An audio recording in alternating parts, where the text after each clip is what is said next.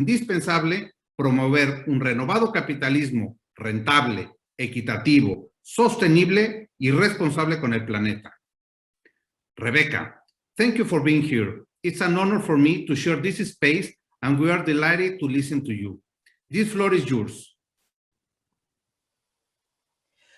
Fernando, thank you very much. I am deeply honored to be here, and by your kind words, thank you very much. I'm here to talk about reimagining capitalism. Your first question might be, well, why reimagine capitalism? Because it's broken. I believe that capitalism is one of the great inventions of the human race. It's made enormous inventions, it's driven huge prosperity, but right now it is not working. We see climate change raging out of control. Right now in Western America, there's a massive drought, huge wildfires. We're seeing floods. In Bangladesh, a third of the country last year was underwater. We're not addressing biodiversity. Our environment is under enormous threat. And at the same time, we see inequality continuing to grow, and so much of the world's productivity going to so few people. Well, if capitalism is broken, why not get rid of it? I hear people call for radical reforms. Some of my students say, well, why reimagine capitalism? Why not throw it out the window? But I think that would be a huge mistake. Only capitalism can generate the innovation, the creativity, the solutions that we need at scale, the good jobs that we need at scale, if we are to build a just and sustainable society. But it has to be reimagined. How?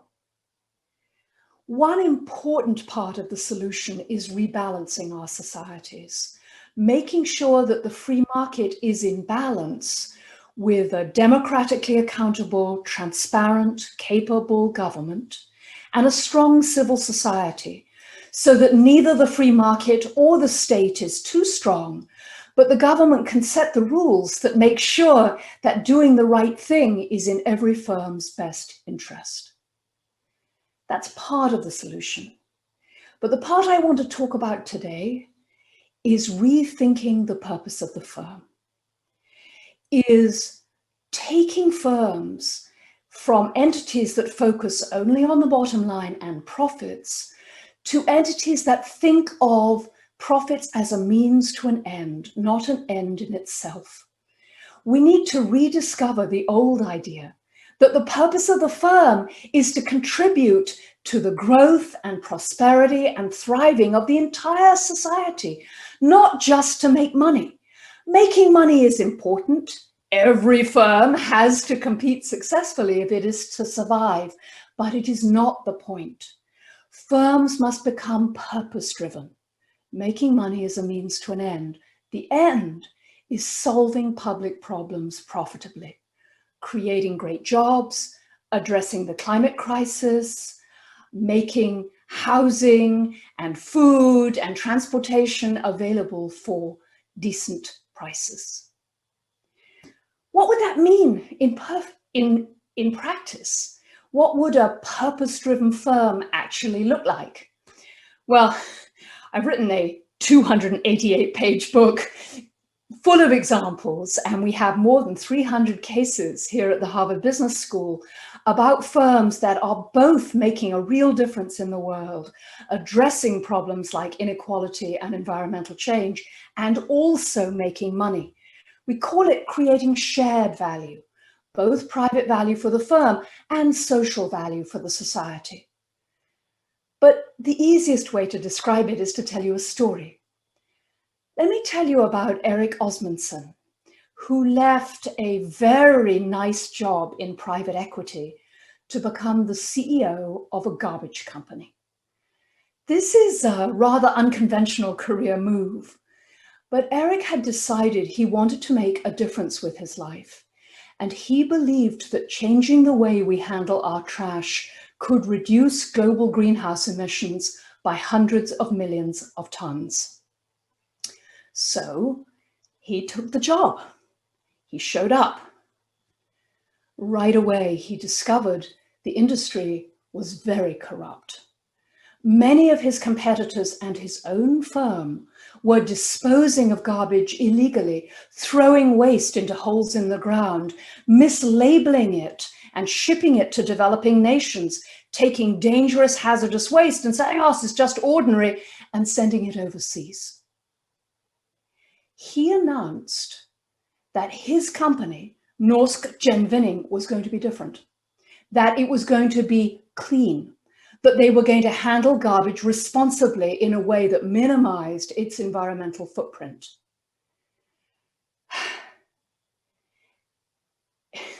This was difficult. His colleagues thought he was crazy. Half of his senior team quit. He announced that he was going to raise prices in order to cover the costs of this strategy, and they thought no one would pay for it. Half of his customers left. His competitors sued him for bringing the industry into disrepute, and he started to receive personal threats. He had to have police protection. But good things started to happen too. Those of his employees who stayed were delighted by the idea of working for a company that was trying to do the right thing and started to come up with all kinds of amazing ideas for ways to cut costs. He was able to persuade some of his customers to stay with him and pay a bit more to protect the quality of their brands. His investors thought that he might be onto something, that this might be the way to build a completely new business in an industry that needed changing. And he was able to persuade several of his competitors to join him in promising to do the right thing. Together, they went to the regulators and started to insist that the rules were on the books be properly enforced, so that firms that took the low road, that dumped their trash in illegal ways, paid the fees and changed their ways. It was a difficult transition. If he were here, he'd be the first to tell you that he was fortunate. He built an amazing team and they worked really hard for years. But together, they changed the shape of the garbage business in Scandinavia.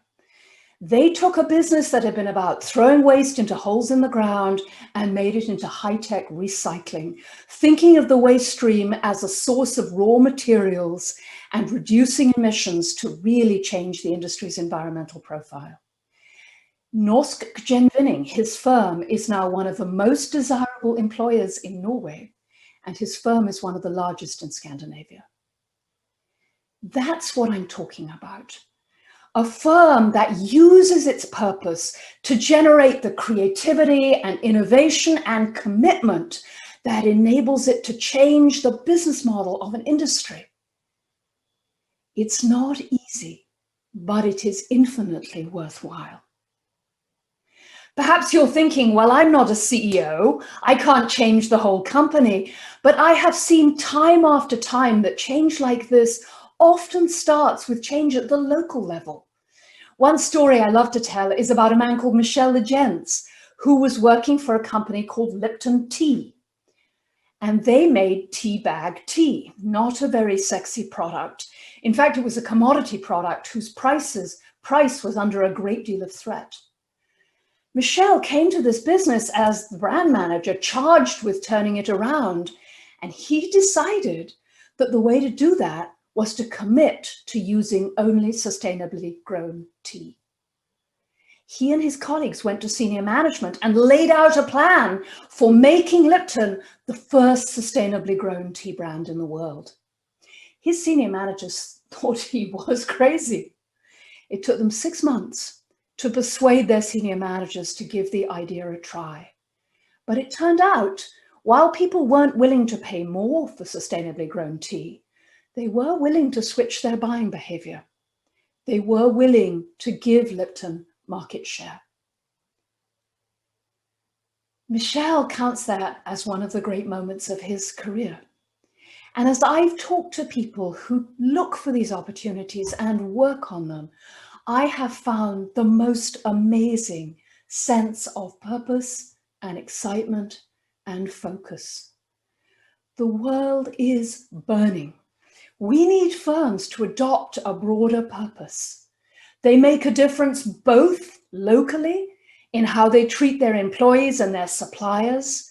Walmart, for example, saved $1 billion in making its trucking fleet more efficient and is trying to take 2 gigatons of carbon dioxide, that's a lot, out of the emissions of its suppliers. They are raising wages for their employees and investing in education because they think it's the right thing to do and because they think there's a business model. Change is coming. Individual firm change can drive change across an entire industry, as Lipton Tea saw when every other major tea maker committed to growing their tea sustainably. It can lay the basis for cooperation, as Unilever found when they committed to buying only sustainably grown palm oil and discovered it was too expensive, that only if all the firms in the industry agreed to the same commitment could they do that, and laid the foundations for cooperation that became the Consumer Goods Forum and the commitment to buying deforestation-free palm, soy, and beef. Purpose-driven firms are starting to change the capital markets, where more and more investors can see the problems that we face and want to invest in firms that are making a difference.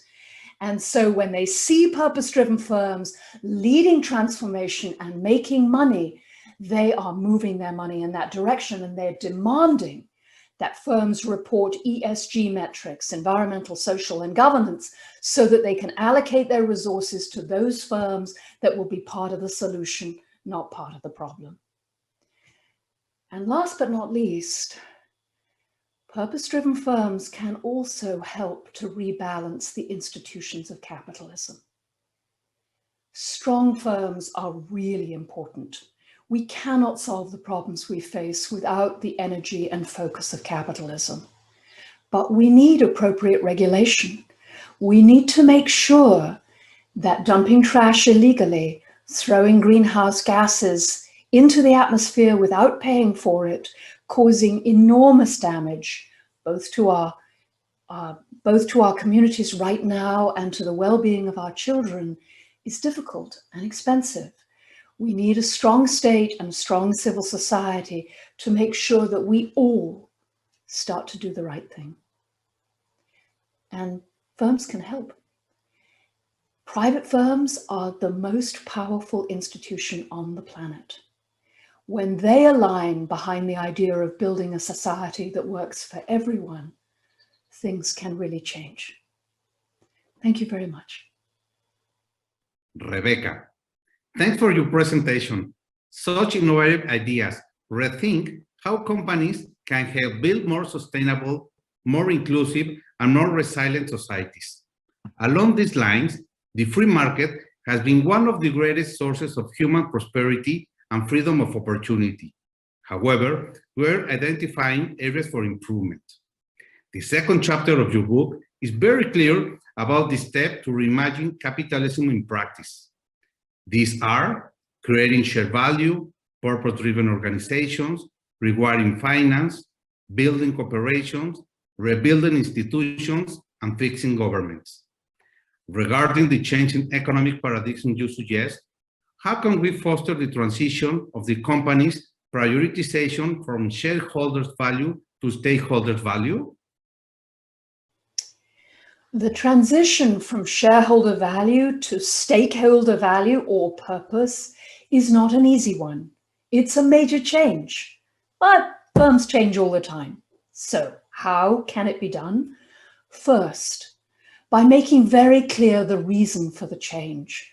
Why is it that focusing on the solution of public problems is going to help the firm, is going to be an avenue perhaps to hiring new people, or attracting new customers, or opening up new markets, or increasing the productivity and energy of employees. We have a lot of research data suggesting that when firms become more purpose-driven, they also become more productive, more creative, more strategically aligned, better at seeing new opportunities. I'm not telling you that becoming a purpose-driven firm will automatically make you more profitable than your competitors. No, no, no, that's hard. I do think, though, we have many reasons to believe you can afford purpose. That purpose is an engine of creativity and drive that can really help your firm grow. So the first step towards becoming a purpose-driven company is identifying a purpose and beginning to understand why it might help your firm grow and thrive. And that's both a matter for the head, got to think about the numbers, what is the business case, and the heart. Why will this purpose really motivate your employees? Many firms find that when they look back at when they were founded, there's deep purpose inside the organization, that the firm was founded to provide great jobs or new products that people really need. And it's sometimes been covered over. That original purpose has been covered over as the firm grows, but it's often there. So step one, identify that purpose. Why is it going to make a difference? And then treat the implementation of the purpose like any other implementation project. So set up a small team to scope out what is it you're going to do and how. Talk to everyone in the organization about why this is important. Apply it to maybe one division or one part of the firm and explore. Does it help? Does it change things? Does it make money? Gradually bring the firm with you. And always, if you're a senior leader, talk about why the purpose matters to you. Show the ways in which it changes your own decisions. Because of course, purpose needs to be authentic. People need to think that you're really serious. If it's just public relations or greenwashing, nothing will change and you will simply create cynicism. The past year and a half has been full of changes at different levels, where COVID-19 has exposed our ineffective health, education, and economic systems. I'm sure that today in our audience, we have many entrepreneurs and executives of companies of all sizes who have learned a lot about resilience and have been rethinking the way of doing business to gain some insights. Is there a direct correlation between resilience and purpose-driven organizations? How do you propose to revolutionize the purpose of business? Can you share some examples? I think there is a correlation. I think one of the things we learned in the pandemic is that firms that were purpose-driven were significantly more resilient. I do a little work, for example, with a healthcare company called Becton Dickinson. They make all kinds of devices for hospitals, all kinds of medical instruments. And when the pandemic hit, of course, they found themselves under a lot of stress because what they produced was very useful and suddenly everyone wanted it, 200, 300%. So a lot of pressure from the market. And at the same time, employees were afraid. Many people were, of course, working from home. Some were sick. There was a lot of tension and difficulty in the workforce. But Becton Dickinson has been purpose-driven for a very long time. There is a deep level of trust in the organization. And like many purpose-driven firms, Becton Dickinson runs what I call a high road employment model. What does that mean? That means treating employees with dignity and respect as if they were infinitely valuable human beings. One of the purpose-driven CEOs I know, he runs a large manufacturing company in the Midwest called Barry Weinmuller. He talks about looking at every employee as if they were someone's precious child. That's very different from thinking of employees as things to be used that you pay as little as possible and work as hard as you can. This is thinking about your employees as your partners in creating the purpose of the firm. And at Becton Dickinson, they had spent many years building that kind of relationship with their employees. And what did it mean? It meant that when the pandemic hit, people were willing to work incredibly hard. They were willing to do new things without knowing exactly how they would work out. They were thinking more about the health of their customers and the organization as a whole than about their own job and their own bottom line. And that's what makes an organization resilient. The ability to move and shift and try new things and trust. So I think resilience and purpose are very closely correlated. My hope is that many firms who have discovered in the pandemic that they really do have responsibility for their employees in so many ways may find that this is the move they need to become a purpose-driven firm, to really be rooted in the idea that we are here to make a difference for our employees and our customers and our society. That's what matters. That's how you see change. Sustainability as a concept has many dimensions. We are fully certain that we're in a time of transition toward a sustainable, different, low-carbon economy, and that is why we must help our clients and the country in that green transition. However, reinventing capitalism represents a change of such magnitude that it cannot be done alone. How should industries, governments, academia, and civil society be articulated to collaborate better? Oh, Fernando, I love that you ask me these little questions. Oh my goodness. So let me give you a short answer to an enormous question. We must recognize that this is a global emergency. That if we destroy the planet on which we rely, our children and our societies will not thrive going forward. That if we do not create opportunity and create sufficient jobs, our societies will fracture into populism and hate. We must understand that this is the only way forward, that every firm should be committed to the good of the whole. Every government should be committed to the good of the whole. I know, not all governments are. Like any organization, one department focuses on one thing, one department focuses on another, like every firm. But this is a moment where every major organization and all the small ones, which is where the energy and drive and innovation comes from, are focused on this one big question. How do we solve the climate emergency? How do we rebuild our societies? We need partnerships between the private sector and government and NGOs and other civil society organizations so that we work together to try and find solutions. I know that's easy for me to say, but we know we have very good examples of partnerships between government and private sector and civil society to solve problems on the ground in agriculture, in construction, in energy that are really important. So we need to stop thinking of each other with hostility and begin to think of each other as partners.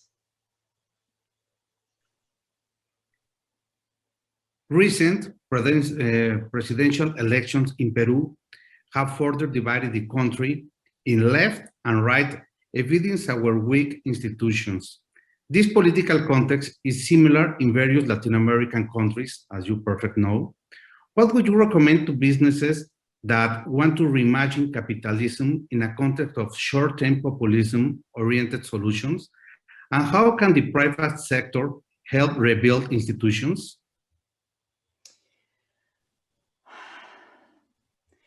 Sorry for the question. No, it's one I think a lot about.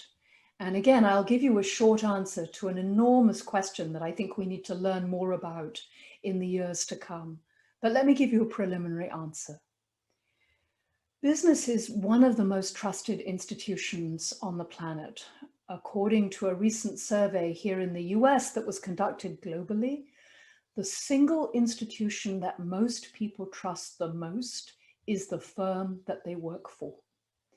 So one of the things that firms can do as our political systems seem to shatter, and may I say this is a very disconcerting and dangerous moment in American politics, in my opinion, is stand up for information, for truth. Because polarization leads to a world in which neither side believes anything the other side says. So firms can play a very powerful role in saying climate change is real. We are committed to hiring everyone, no matter their ethnicity or their race or their gender, sticking to some very core principles that can help to unite the society again. Another thing that firms can do is stand up for what I would call civics. I don't think firms should be involved in politics, advocating for particular policies, but I do think they should be continually reinforcing the idea that a strong, transparent, accountable democracy is essential if the free market is to survive. I have a piece, where I say free markets need free politics. And I think all the research suggests that economies grow faster, are much stronger when you have the strong rule of law, an independent free media, and a democracy that respects the society, that is responsive and transparent. So firms can, for example, advocate for the right to vote, can talk about the importance of having a thriving democracy and why that's essential to a thriving economy. I was on a call recently with a number of American business people, and we were talking about what's happening in America. And one person in the group, a very senior executive, said, I came from a country without the rule of law. I know how important the rule of law is. As business people, we must stand up for the validity of our institutions. I think firms can do that. They need to do it together in partnership, of course. It cannot be an individual firm, but if firms come together to stand squarely, not for one party or the other, but for a process that is fair and responsive for the truth, for the rule of law, and for a free media, I think that can play a major role in rebuilding our institutions. Very, very important things. Thank you very, very much, Rebecca. And I would now like to draw on a personal experience. I have 4 kids, and one of my daughters asks me constant questions about caring for the oceans, air quality, global warming, and similar topics. I notice in the younger generations a genuine interest in sustainable issues. You are a university professor, you speak with many young people and with people who already hold important positions in very large companies. Do you feel that in the academic world, executives and CEOs are being trained with clear ideas regarding inclusive growth and climate change? Oh, Fernando, this is such a good question. What I will say is that we are trying. At Harvard, we are trying as hard as we can to take questions of inclusive growth and climate change and biodiversity into the heart of the curriculum so that all our students, including our executive students, see these ideas. Your story reminds me of a class I ran recently, just before the pandemic, where there was a group of very senior executives. They were old and mostly male. And I came into the classroom and I started to talk about reimagining capitalism and climate change and inequality and how you could make money. And most of the people in the room, I don't know if you've seen this, Fernando, were doing something roughly like this. Very interesting, Professor Henderson. And then I asked them if their children cared about climate change. And they told me what you've just told me. which is their children want to talk about it all the time. And once I had framed it that way, everybody started leaning in. I have gone from being at the fringes of the university, oh, Rebecca does climate change, that's very nice, to, oh my goodness, we have a global emergency. What can we do? How do we change? So, of course, both at Harvard and at many other universities, there is more work to do. But I have spoken to hundreds, if not thousands, of business academics and academics more broadly. And all of us are working as hard as we can to change what we teach, because that's what our students want. They know what's happening. They want to know how to change business. How do we transform our economy so that it is both just and sustainable? I think we're making some progress, but of course there is work to be done. Thank you very much, Rebecca. I really enjoy this time with you, and it's truly inspiring as a leader to hear you and to have this space to share such important issues. I hope this message inspires businesses, leaders, entrepreneurs, and citizens in Peru. Thank you very much, Rebecca. Fernando, thank you very much. I'm honored that you should have invited me to talk, and I hope that Peru becomes one of the centers for this new way of thinking. Thank you very much for giving me the opportunity. Thanks, and we continue this conversation. And gracias a todos los que nos han acompañado en este espacio. Me llevo como conclusión principal que las empresas de todo tamaño deben tener una amplia mirada de futuro sostenible que solo es posible desde un compromiso real de quienes hoy dirigen las compañías. Con su actividad, las empresas pueden también contribuir a solucionar varios retos medioambientales y sociales, lo que a largo plazo traerá beneficios y valor, tanto para las empresas como para la sociedad en general. Un agradecimiento especial a los organizadores de Perú Sostenible 2021 por la oportunidad de compartir este espacio con Rebecca Henderson y un caluroso y afectuoso saludo a todos ustedes. Muchísimas gracias. Muchísimas gracias, Rebecca, Fernando y a BBVA por este espacio. Realmente ha sido un placer escuchar a Rebecca.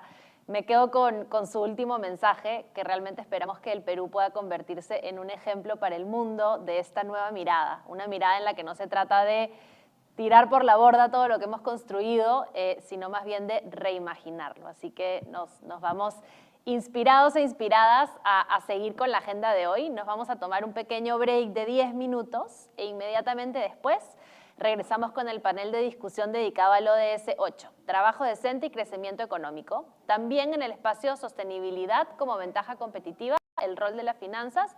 Y finalmente con nuestro espacio de orgullo peruano, Ciudad Saludable y la formalización junto a Paloma Roldán de Ciudad Saludable. Regresamos en breve.